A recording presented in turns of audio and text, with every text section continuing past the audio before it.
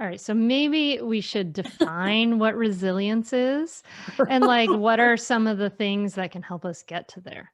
Mm, mm. Resilience, people often think of as that rubber band, Mm, bending but not breaking, or the willow tree that bends in the wind. And those are reasonable, but I think resilience is something more than that. It's really a renewable resource that we all have within us, even when we don't know that we do, which allows us to draw upon these inner resources to help us meet with and cope with whatever challenges we face. I define resilience as a deep well of strengths, courage, goodness, fortitude, and resources that, again, we all have within us that can allow us to face the challenges that we have to in our lives, small or large, with minimal, unnecessary physical, emotional, psychological, spiritual duress. In other words, we all face challenge. That's a part of life. We all do, even though sometimes we can feel like, gosh, why me? But it's never why me. It's all of us face difficulty and challenge. And not certainly personal. it is not personal. We can really see that with COVID. This Yeah. is the whole globe of people facing these challenges, right? And that's the nature of challenge, is that we're never really singled out. And when we can tap into and harness our own resilience, we actually find that we have what we need.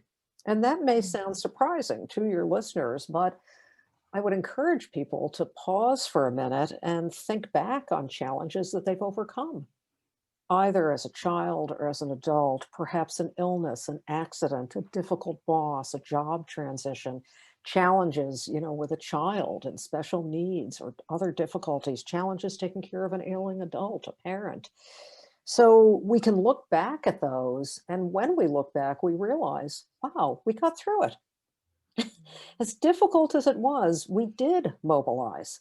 We did harness internal and external resources to get us through those difficulties. And it's so important to stop and do that, because we can so easily be overwhelmed and fall into that pit of, I can't, I Mm. don't have what I need. How am I going to get through this? Very normal to experience that. And yet, if we can pause and reflect, we realize that we actually evidenced a lot of strengths in past challenges. And then we can remind ourselves, oh, I do have those strengths. Let me think about how I can apply them to what I'm struggling with now. That's a powerful exercise that can help us really get in touch with our inner capacities, which are often something we really kind of underestimate. We think it has to be something outside of ourselves, but we have a lot of what we need inside.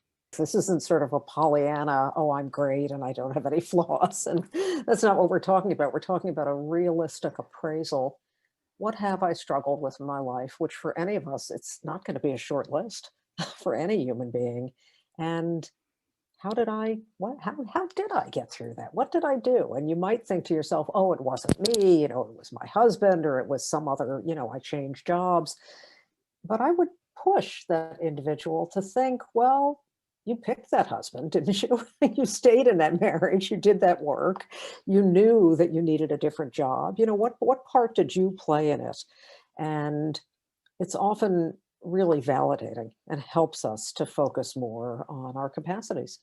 Catch new episodes of the Mindful Mama podcast and other free resources, including the Mindful Mom Guide at mindfulmamamentor.com.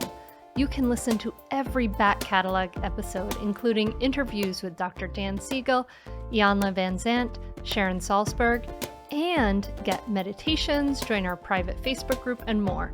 Go to mindfulmamamentor.com now. I'll see you there.